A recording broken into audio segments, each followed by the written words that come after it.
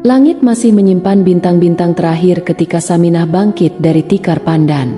Udara dingin menelusup ke celah-celah anyaman dinding rumahnya yang sederhana, seolah ingin menyampaikan pesan dari alam bahwa hari itu tidak akan berjalan seperti biasanya. Dapur yang dipenuhi aroma sisa bara semalam mulai kembali hangat ketika ia menyalakan api dan merebus air. Di luar, ayam jantan belum berani berkokok, seperti menahan nafas sebelum sesuatu yang tak kasat mata datang bertandang. Saminah bukan perempuan muda lagi. Rambutnya sudah penuh uban meski tubuhnya masih lincah. Sejak suaminya wafat 5 tahun lalu, ia menjadi satu-satunya tulang punggung bagi anak semata wayangnya, Ilham, yang masih duduk di bangku SMP. Setiap 2 kali sepekan, ia akan memanggul keranjang berisi sayur mayur dari kebun belakang dan berjalan kaki ke pasar kecamatan yang letaknya sekitar 2 jam perjalanan. Jalan yang biasa ia tempuh berkelok dan berbatu, menyusuri hutan kecil, menyeberangi jembatan kayu, dan menyapa kabut pagi yang setia menyelimutinya. Namun pagi itu, ketika ia mampir sebentar ke warung Bu Sarti untuk membeli bekal air gula merah, seorang bapak tua yang tak ia kenal duduk di bangku pojok dan tiba-tiba bersuara, "Kalau mau cepat sampai pasar, ambil saja jalan pintas di belakang kebun kopi. Lebih sepi, tapi lebih cepat." Suaranya datar, tanpa nada ajakan. Namun kata-katanya menggantung seperti kabut yang belum tuntas.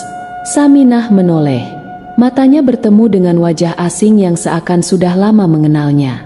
Kulit bapak itu keriput seperti kulit pohon waru tua, tapi sorot matanya bening, seolah memantulkan bayangan masa yang telah berlalu. Bu Sarti hanya mengangguk pelan ketika ditanya. "Oh, iya, dulu memang ada jalan begitu, tapi orang sekarang sudah jarang lewat sana." Ada sesuatu dalam suara lelaki tua itu yang menggoyahkan keputusan Saminah. Mungkin karena lututnya sudah sering ngilu, atau mungkin karena ia khawatir dagangannya telat sampai dan tak laku. Akhirnya ia menuruti arah yang disebutkan.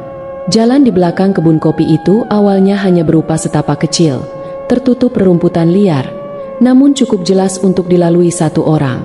Udara di sana lebih dingin, lebih sunyi, dan kabut terasa lebih tebal, seperti tirai tipis yang menyembunyikan sesuatu. Langkah demi langkah, suara hutan menjadi berbeda. Bukan hanya cuitan burung atau desah angin, tapi seperti bisikan-bisikan halus yang tak dimengerti maknanya. Aroma tanah basah menyeruak kuat, bercampur wangi melati liar dan kayu terbakar. Aneh, pikir Saminah. Siapa yang menyalakan api di tengah hutan begini pagi-pagi? Namun ia terus berjalan, teringat akan anaknya yang menunggu sarapan dan ongkos sekolah. Sekitar setengah jam berjalan, jalan setapak itu berubah menjadi jalur berlapis batu-batu halus, tersusun rapi, seperti baru saja disapu. Kabut tiba-tiba menipis, dan di depan matanya terbuka pemandangan yang tak pernah ia lihat sebelumnya. Sebuah desa kecil dengan rumah-rumah kayu beratap ilalang, lentera minyak yang tergantung di tiap teras, dan aroma masakan yang menggoda menguar dari setiap sudut. Suasana desa itu hidup namun tenang, seperti lukisan yang diam-diam bergerak. Seorang ibu muda melambaikan tangan dan berkata, "Mampir, Bu, bawa sayur ya." Lalu dari rumah lain terdengar seruan, "Saya beli semua bayamnya, Bu." Suara-suara itu terdengar seperti alunan gamelan yang lembut, mengalun dari celah-celah kabut yang masih menggantung di atap-atap rumah. Saminah menggelar tikar kecil di tanah pada depan sebuah rumah berpagar bambu. Keranjangnya ia buka perlahan, menata daun singkong, kangkung, kacang panjang, dan ikatan kecil petai. Tangannya bergerak seperti sudah terbiasa, namun jantungnya berdegup aneh, bukan karena lelah, melainkan karena semuanya terasa terlalu mulus. Wajah-wajah yang mendekat tampak bersih dan senyum mereka tak pudar meski tak ada candaan. Satu persatu mereka memilih dagangannya, menyodorkan koin atau uang kertas yang tampak baru, belum pernah terlipat. Seorang anak perempuan dengan kepang kembar menyodorkan 2 lembar 1000 untuk seikat bayam, lalu mengucapkan terima kasih dengan menunduk dalam. Matanya gelap dan tenang. Saminah merasakan getaran halus di tengkuknya, namun ia membalas senyum itu sambil memuji kehalusan budi sang anak. Udara menghangat, padahal matahari belum juga tampak. Cahaya yang ada seperti berasal dari dalam rumah-rumah, dari tubuh-tubuh itu sendiri. Dari kejauhan, bunyi lesung terdengar berirama, bersahut-sahutan seperti doa pagi yang tak diucapkan mulut. Asap tipis mengepul dari dapur-dapur tanpa terlihat api. Saminah mengedarkan pandang ke ujung jalan desa yang terlihat bersih, terlalu bersih, tanpa jejak kaki atau lumpur. Tak ada ayam, tak ada anjing, bahkan tak ada lalat yang biasa ikut mendekati dagangannya. Hanya manusia dan suara manusia yang bergerak di dalam dunia ini. Seorang lelaki bertubuh kurus dengan caping anya menghampiri, membeli semua labu kuning dengan tatapan datar. Ia mengeluarkan uang kertas yang sangat harum, seperti dicelupkan dalam rebusan bunga kenanga. Saminah tak menolak. Uangnya disimpan dalam saku kain lusuhnya. Semua dagangannya laku dalam waktu singkat. Ia tak sempat menghitung, tapi rasa senang mulai menyisihkan kekhawatiran. Ia membayangkan wajah Ilham tersenyum karena bisa dibelikan buku baru, atau mungkin sepasang sandal baru. Saat ia hendak membereskan tikar, seorang perempuan tua datang menghampiri, membawa secangkir air panas yang uapnya berwarna keemasan. "Untuk ibu yang berdagang paling awal hari ini," katanya. Suaranya dalam, namun gemetar seperti desir angin dari pepohonan yang sudah ditebang. Saminah menerimanya dengan gugup, lalu menyeruput sedikit. Rasanya manis samar, namun ada aroma tembakau kering yang mengendap di langit-langit mulut. Matanya terasa berat sejenak, lalu jernih kembali seperti habis menangis. Ia menoleh, ingin mengucap terima kasih, tapi perempuan tua itu sudah tak ada. Tikarnya pun sudah bersih, tanpa daun-daun sisa, tanpa bayangan kaki. Ia berdiri, merasa tubuhnya lebih ringan, seolah beban punggungnya telah diluruhkan. Ia melangkah ke ujung desa, menyusuri jalan yang ia kira tadi sebagai jalan masuk, namun kini tampak lebih lebar, lebih lembut, nyaris seperti dipel dari embun. Langit mulai memudar, warna-warna perlahan diselimuti kembali oleh kabut, tapi arah pulang kini tampak jelas. Ia mengikuti jalan itu tanpa suara. Tak satu pun penduduk menyapanya kali ini. Mereka semua kembali masuk rumah, menutup pintu dengan gerakan serentak, tanpa suara decit atau benturan. Hanya bunyi napasnya sendiri yang mengiringi langkah-langkahnya yang terasa lebih cepat dari biasanya, padahal ia tak berlari. Begitu kembali melewati rumpun kopi dan menembus kabut yang menipis, ia menemukan dirinya berdiri di tepi jalan berbatu yang ia kenal baik, jalan biasa yang biasa ia lewati menuju pasar. Langit sudah mulai terang, matahari menyusup malu-malu di sela-sela dedaunan. Ia mengusap peluh dari kening, lalu membuka saku kainnya. Ingin memastikan semua hasil jualan benar-benar ada, agar bisa segera ia tukarkan di warung desa. Namun yang ia temukan bukan uang. Saku itu penuh dengan daun jati kering, renyah dan kusam, terlipat seperti uang namun tak bernilai apapun. Tubuhnya kaku seketika. Saminah mencoba mengais, memeriksa dengan jari gemetar, berharap ada satu lembar uang yang terselip. Tapi semua telah berubah.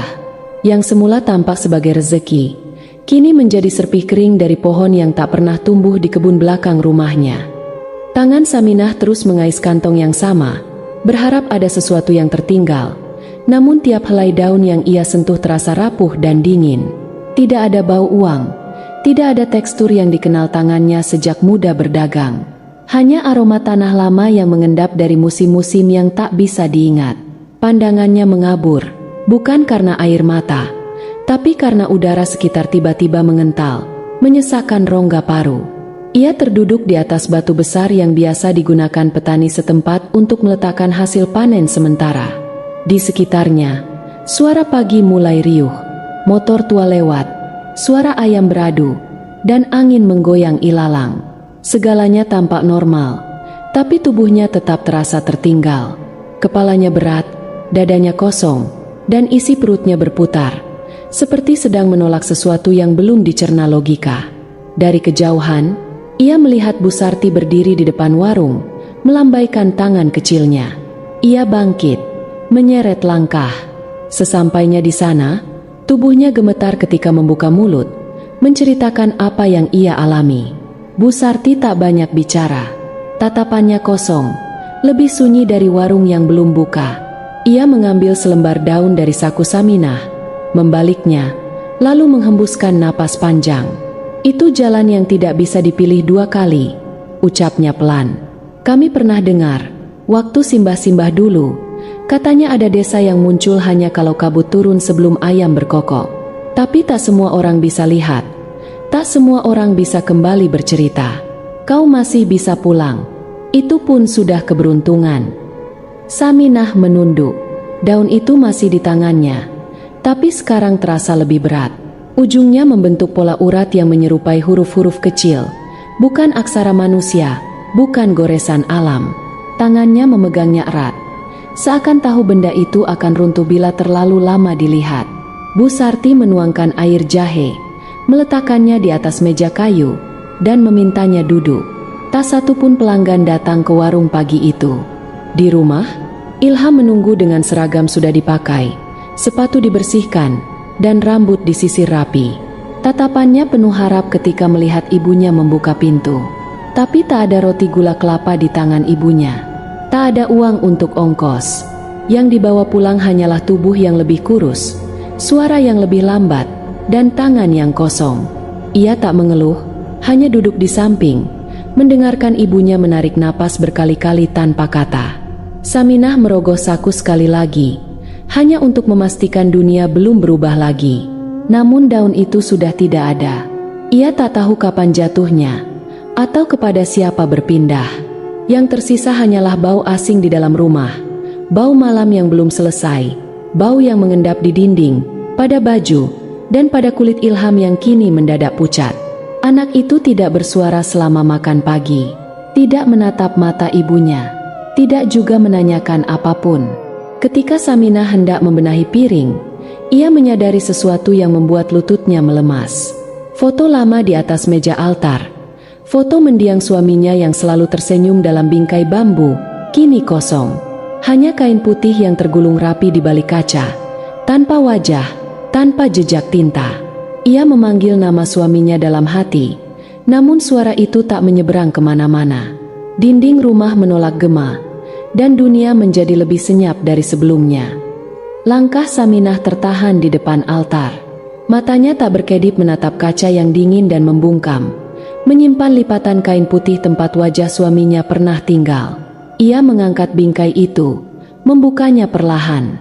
Tidak ada foto yang meluruh, tidak ada kertas yang tersembunyi. Yang tersisa hanya kehampaan yang membatu, seolah seseorang telah menghapus sejarah keluarga mereka dengan tangan yang sangat sabar dan tahu cara melakukannya tanpa jejak. Ilham berdiri di ambang pintu kamar. Tubuhnya tampak lebih kecil dari biasanya. Wajahnya tidak pucat karena sakit, tapi karena kehilangan warna yang tak bisa ditentukan. Matanya tidak memancarkan rasa takut, melainkan ketidaktahuan yang mematikan rasa ingin tahu. Ia bertanya, pelan, "Bapak itu siapa?" Kalimat itu jatuh ke lantai dan pecah, tak bisa disusun ulang. Saminah mematung. Lidahnya tak bisa mengingat nama suaminya, padahal hati dan tulangnya masih bisa merasakan tangan lelaki itu pernah memegangnya erat saat malam-malam tersulit. Ia mengusap rambut Ilham, namun anak itu menghindar. Ada jarak yang tidak dibentuk oleh pertengkaran atau waktu, melainkan oleh sesuatu yang lebih dalam dari mimpi buruk. Saminah menatap wajah anaknya dengan perasaan dingin menjalari tengkuk. Mata Ilham tak lagi menyimpan gurat kenangan, tidak juga rasa kehilangan. Ia duduk di lantai, menggambar di atas debu yang belum sempat disapu. Gambar yang muncul adalah keranjang penuh daun, dan di belakangnya, bayangan hitam memegang sesuatu yang tak tergambar jelas. Di dapur, suara kayu retak terdengar tiba-tiba. Panci yang digantung jatuh sendiri, menimbulkan bunyi logam yang menggema panjang, jauh lebih nyaring daripada seharusnya. Ketika Saminah berlari ke sana, tidak ada angin, tidak ada tikus, tidak ada alasan apapun yang bisa diterima akal. Panci itu tergeletak dengan cekungan aneh di bagian tengah, seolah pernah diremas oleh telapak tangan yang terlalu kuat untuk disebut manusia. Ia mengunci dapur, meski tak yakin pada apa yang sedang dihindari. Di luar jendela, langit mendung meski belum waktunya hujan. Burung-burung tak bersuara, dan suara azan dari surau terdengar terputus-putus, seperti berasal dari pengeras suara yang berkarat. Ia memandang ke kebun belakang, tempat biasa ia memetik bayam dan kemangi. Di sana tumbuh satu pohon baru yang belum pernah ada sebelumnya. Pohon jati kecil dengan daun-daun tua menggantung berat, seolah tumbuh dari lubang waktu yang dibuka paksa. Ia membuka pintu belakang, berjalan perlahan ke arah pohon itu. Langkahnya menenggelam dalam tanah yang lebih basah dari semestinya. Udara terasa lebih padat, menekan dari segala sisi. Ketika sampai di bawah pohon, ia melihat sesuatu yang membuat jantungnya nyaris berhenti. Gantungan keranjang dagangnya tertancap di batang muda pohon itu, penuh daun jati yang melingkar seperti sarang tawon. Di antara daun-daun itu, terlipat satu lembar kain putih bersih, dengan sulaman nama suaminya di pojok kanan bawah. Tangan Saminah menggapai, namun tak bisa menyentuhnya. Jaraknya hanya 1 jengkal, tapi udara di antara mereka bersifat lain, dingin yang menolak disentuh, panas yang tidak bisa dibakar. Pohon itu bergetar, meski angin tidak bergerak. Dari sela-sela akar, suara lirih muncul, nyaris seperti rintihan. Bukan dari makhluk yang bernapas, tapi dari sesuatu yang sedang mengingat. Suara itu menyebut nama-nama yang sudah tidak ada dalam kartu keluarga, tidak tercatat di batu nisan, tidak dikenal oleh siapapun di desa. Ia mundur, tangannya bergetar. Langit mulai menitikkan hujan yang tidak membasahi apapun, rintik yang jatuh ke tanah tanpa suara, tanpa jejak, hanya dingin yang tinggal di udara. Ketika ia menoleh, Ilham sudah berdiri di ambang pintu, dan dalam matanya tampak bayangan rumah lain, di desa lain, yang pintu-pintunya sudah tertutup rapat sejak kabut pertama turun. Ilham tidak bertanya apapun. Wajahnya tetap mengarah ke halaman belakang, namun pandangannya menembus tempat yang lebih jauh dari kebun atau pohon jati. Saminah mendekat, menyentuh bahu anak itu, tapi tubuh kecil itu menegang seperti telah menjadi bagian dari kayu rumah. Ia memutar tubuh Ilham perlahan, dan matanya menangkap sesuatu yang membuat napasnya tercekat. Di kedua kelopak mata anak itu terpatri garis-garis tipis, menyerupai ukiran halus yang memantulkan cahaya tanpa pantulan. Ia memanggil nama anak itu berkali-kali, namun suara yang ia keluarkan tenggelam sebelum menyentuh gendang telinga Ilham. Anak itu bergerak masuk, langkahnya lambat dan pasti, lalu duduk di pojok ruangan, menggambar sesuatu di lantai dengan ujung jari. Bentuknya bukan rumah, bukan pohon, bukan wajah. Yang muncul adalah pintu-pintu yang berjajar dalam barisan melingkar. Masing-masing tak memiliki engsel, tak memiliki pegangan. Hanya celah gelap di tengah, dan satu garis vertikal seperti garis pembatas waktu. Di luar, suara angin mulai berubah. Tidak lagi menderu, melainkan berdesis rendah, seolah mengucapkan kata yang tak berasal dari lidah manusia. Daun-daun jati dari pohon belakang tiba-tiba berjatuhan, satu persatu, meski batangnya tetap kokoh dan tak terguncang. Daun-daun itu tidak melayang pelan, tapi turun lurus dan menancap di tanah seperti jarum. Saminah berlari menutup jendela, namun daun-daun itu tetap terlihat dari celah dinding. Di antara mereka, satu lembar menggantung di udara lebih lama dari yang lain, kemudian menempel pada kaca, memperlihatkan pola wajah samar yang sangat dikenalnya, wajahnya sendiri. Gemetar menjalar dari tumit ke ubun-ubun. Ia ingin berteriak, tapi suara dalam tubuhnya sudah ditarik oleh sesuatu yang tak bernama. Saminah menggenggam kendi kecil di altar, menuangkan air ke telapak tangannya, membasuh wajah Ilham dengan pelan. Anak itu tidak menolak, tidak juga merespons. Saat tetesan air menyentuh dahi anak itu, ukiran di kelopak matanya memudar sekejap, lalu muncul kembali dalam bentuk berbeda. Kini membentuk angka 12, berjejer seperti angka kalender yang dihapus paksa. Ia menatap jam dinding, dan jarum panjangnya tidak lagi bergerak. Waktu membeku tanpa tanda. Rumah menjadi ruang yang ditinggalkan oleh putaran hari. Ia mengambil sen tertua dari lemari dapur dan menyorot ke arah pojok ruangan, mencari petunjuk apapun yang bisa dikaitkan dengan kejadian ini. Tapi yang terlihat hanyalah sisa abu dari dupa yang belum pernah ia bakar, mengendap dalam pola spiral yang tidak ia kenali. Langkah kaki terdengar di luar rumah, pelan, tertahan, tidak berat, tapi teratur. Bukan langkah orang lewat, bukan juga tetangga. Saminah menahan napas, berdiri di belakang pintu, menempelkan telinga. Suara itu berhenti di depan ambang, namun tidak mengetuk. Sebaliknya, Daun pintu bergetar sendiri, sejenak membuka sedikit, lalu tertutup kembali, meninggalkan aroma tanah basah dan asap damar. Ketika ia kembali menoleh ke arah Ilham, anak itu sudah berdiri, menatap ibunya tanpa berkedip. Dari mulutnya keluar satu kalimat, lirih dan tanpa nada, "Ibu sudah menjual waktu." Kalimat itu tidak berhenti di udara, tapi meresap ke dinding, ke lantai, ke tubuh Saminah sendiri. Ia mundur, tangannya gemetar, jantungnya tidak berdetak sebagaimana mestinya. Di luar, kabut mulai turun, meski langit tidak mendung. Dari jendela, tampak jalan kecil di balik kebun kopi kembali terbuka, seakan memanggil. Kabut menyelusup masuk dari celah-celah rumah, melingkari kaki meja, menyentuh dasar tungku, dan merambat ke dinding bambu yang mulai lembab. Udara yang masuk bukan udara pagi, melainkan udara yang membawa ingatan dari tempat yang tak diizinkan manusia untuk mengingat. Saminah memeluk tubuh Ilham, tapi anak itu tidak bergerak. Dadanya naik turun tanpa suara, seperti sedang bernapas di dalam mimpi yang bukan miliknya sendiri. Suara langkah di luar kembali terdengar. Tidak tergesa, tidak berat, namun cukup jelas untuk menggoyahkan keberanian yang tersisa di dalam dada. Pintu rumah perlahan terbuka, bukan karena dorongan, melainkan karena sesuatu yang telah menunggu waktunya cukup lama. Di ambang, berdiri sosok yang tak tinggi, tak pendek, tubuhnya mengenakan baju lurik lusuh, dengan caping di tangan.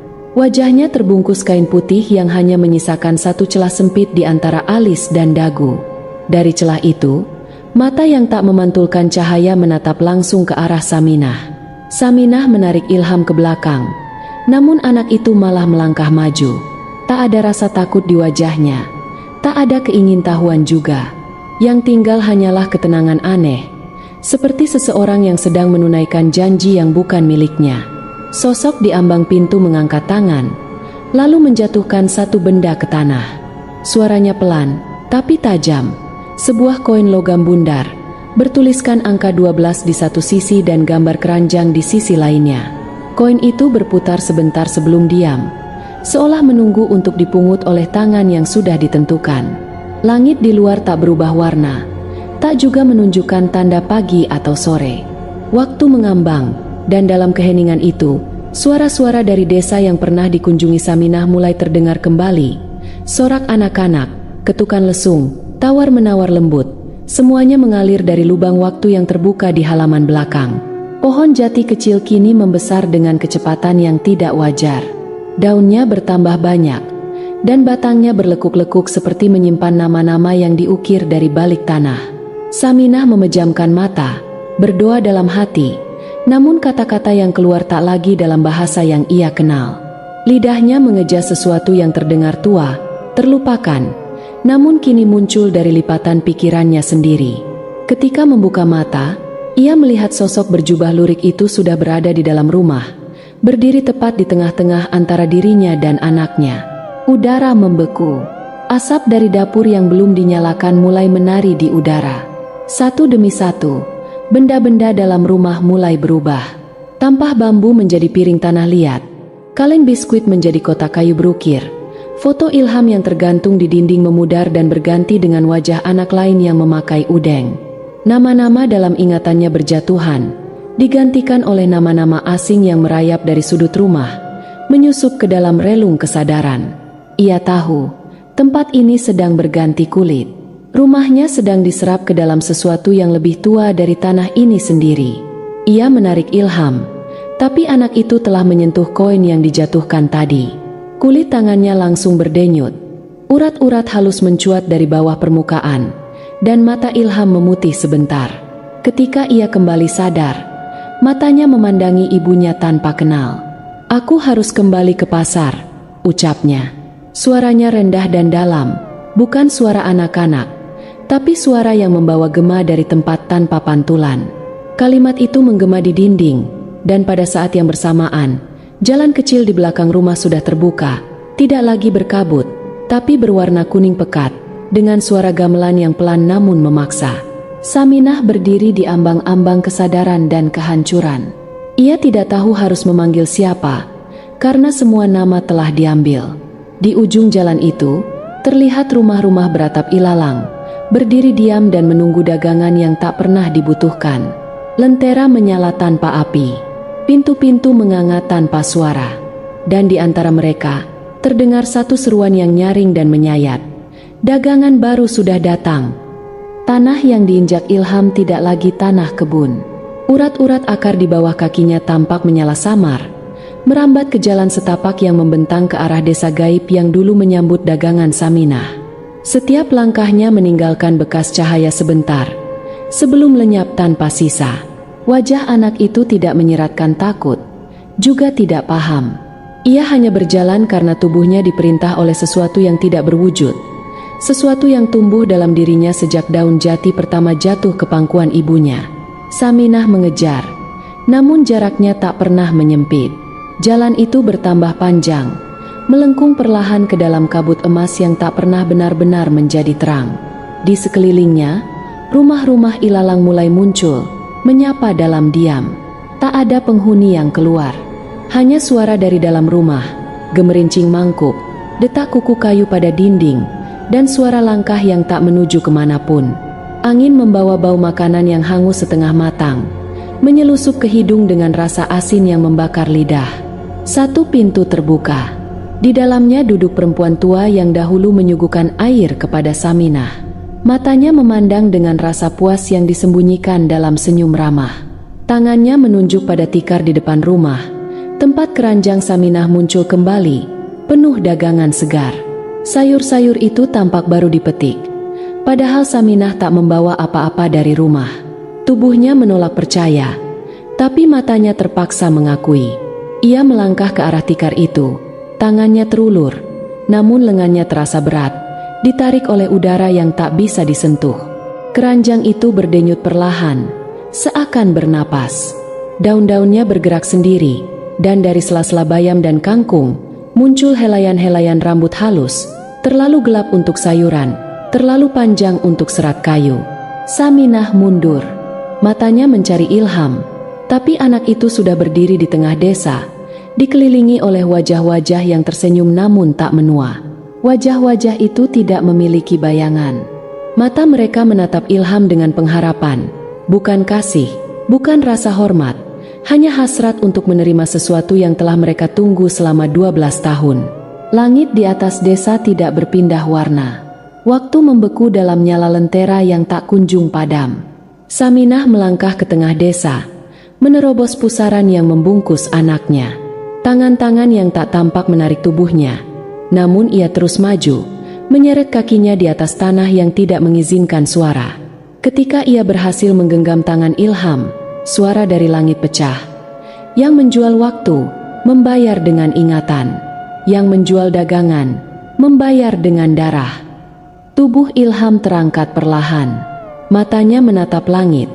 Mulutnya terbuka tanpa suara. Dari tubuhnya